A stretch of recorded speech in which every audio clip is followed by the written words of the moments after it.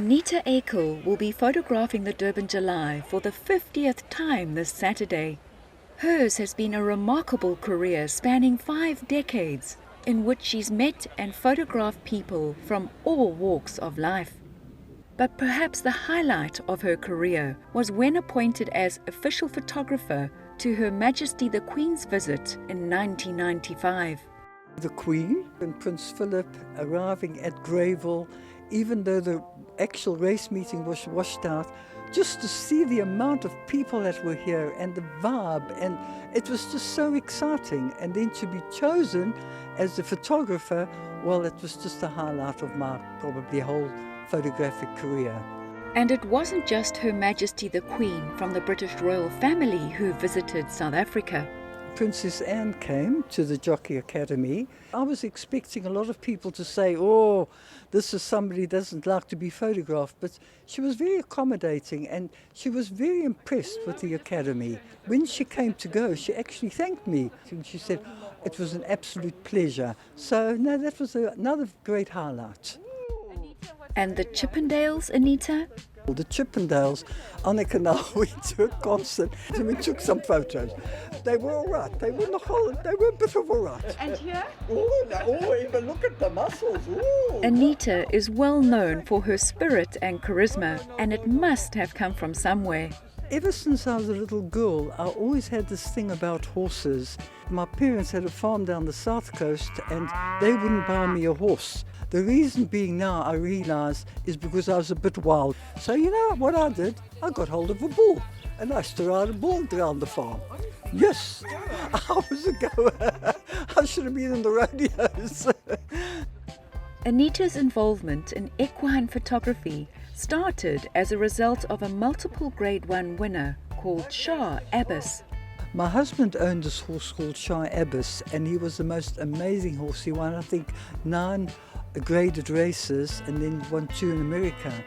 It was because of this that I came into doing photography, and I started doing photos for Ron's immediate circle of friends who owned racehorses.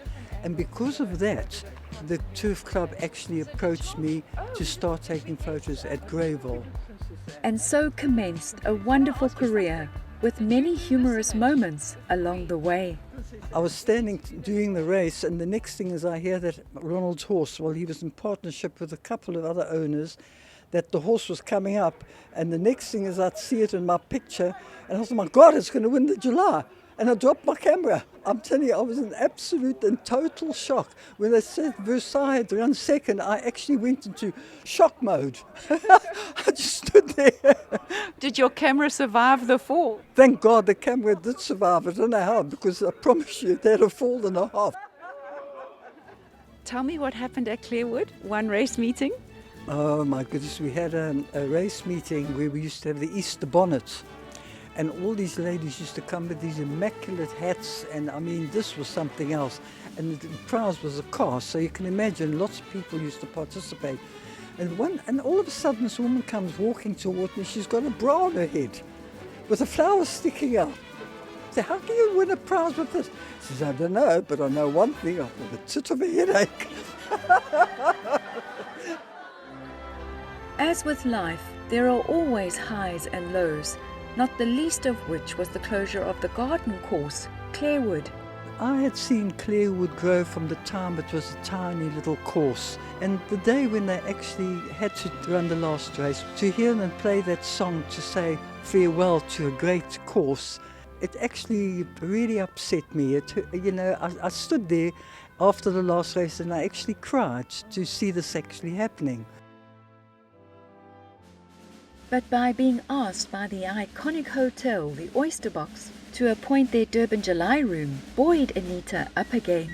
It was something I wasn't expecting, and I mean, to have them come to me and say, the owner of the Oyster Box wants to have photos of all the Julys, whatever you can find, probably 60 years. We did them, and they're hanging up in July room at the Oyster Box, so I'm very proud of that. In 1997, Anita made a cover for her annual racing calendar depicting the personalities in the sport. I actually photographed each person and cut them out and then stuck them down on a piece of paper and then photographed the whole thing. I mean, this took months and months and months. It's history. I mean, there are so many people there that were part of my life and part of racing. Still today, people ask me about that cover, you know.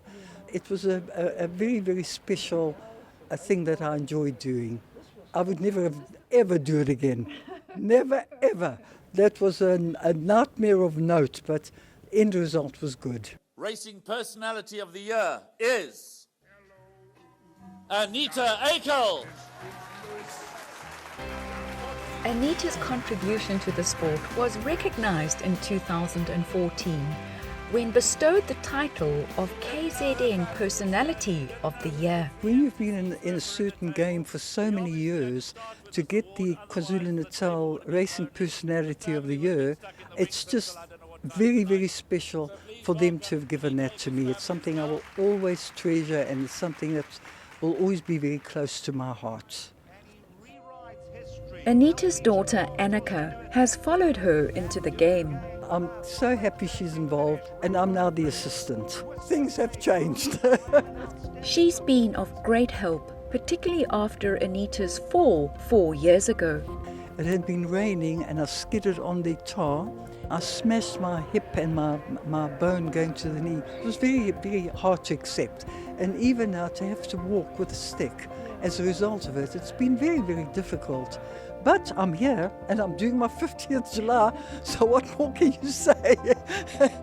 Yeah, 50 years is just such a feat.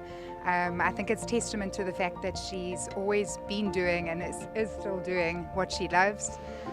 We are so proud of her.